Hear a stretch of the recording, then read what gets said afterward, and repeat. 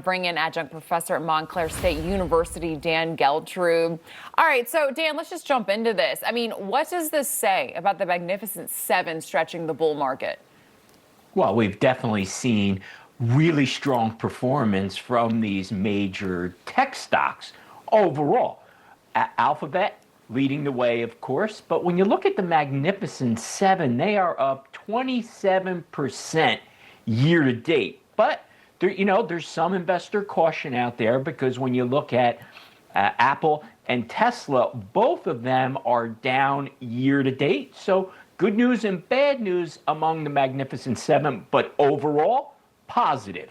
Yeah, this next story I find it's interesting to me because Kraft Heinz is now kind of tearing up its 2015 mega merger, studying now a spinoff of its allegedly slow-moving grocery brands like Velveeta and Oscar Mayer into a potential $20 billion standalone entity.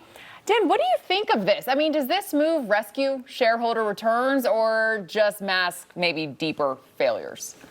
Well, it's definitely a strategic pivot here, and whether there is going to be success with this move really depends upon whether there's going to be buyers for the spinoffs. Now, there's been rising scrutiny, right, related to processed foods and making America healthy again. So we'll have to see how this plays out.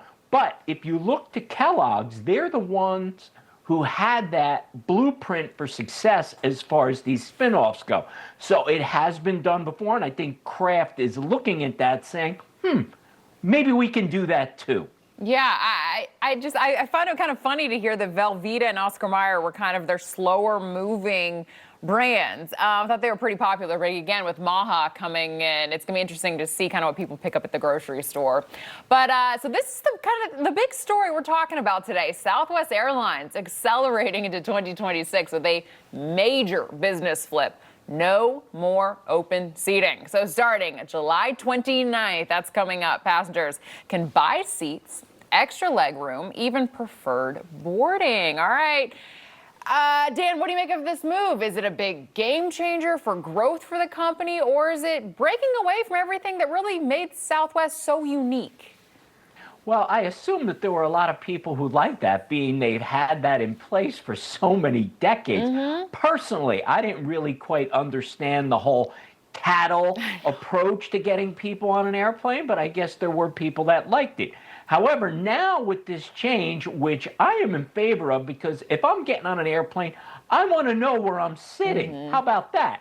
But I think what's going to happen here is that Southwest is going to take the approach of upcharging for where exactly you sit, because there are going to be some premium seating here, some more room on the plane, so you're going to have to pay for that. Let's see how their customers react to this change. Yeah, I have to agree. I never liked that kind of cattle call seating. But again, they are kind of leading into more of the business class. People can have the upgrades. They get to pick their seat. It's all about the bottom line. But lastly, quickly, PepsiCo announcing a new launch of prebiotic sodas under its namesake this fall. Now, this comes only 4 months after a $1.9 billion acquisition of upstart Poppi. What do you think Pepsi has in store for this move? Why are they doing this? Well, I think they're doing it because Coke made a similar move back in February, and these two giants seem to be copying each other. But you want to know what I think? If you want to drink something healthy, try water. I don't really think that soda is the way to go, no matter what the formula is.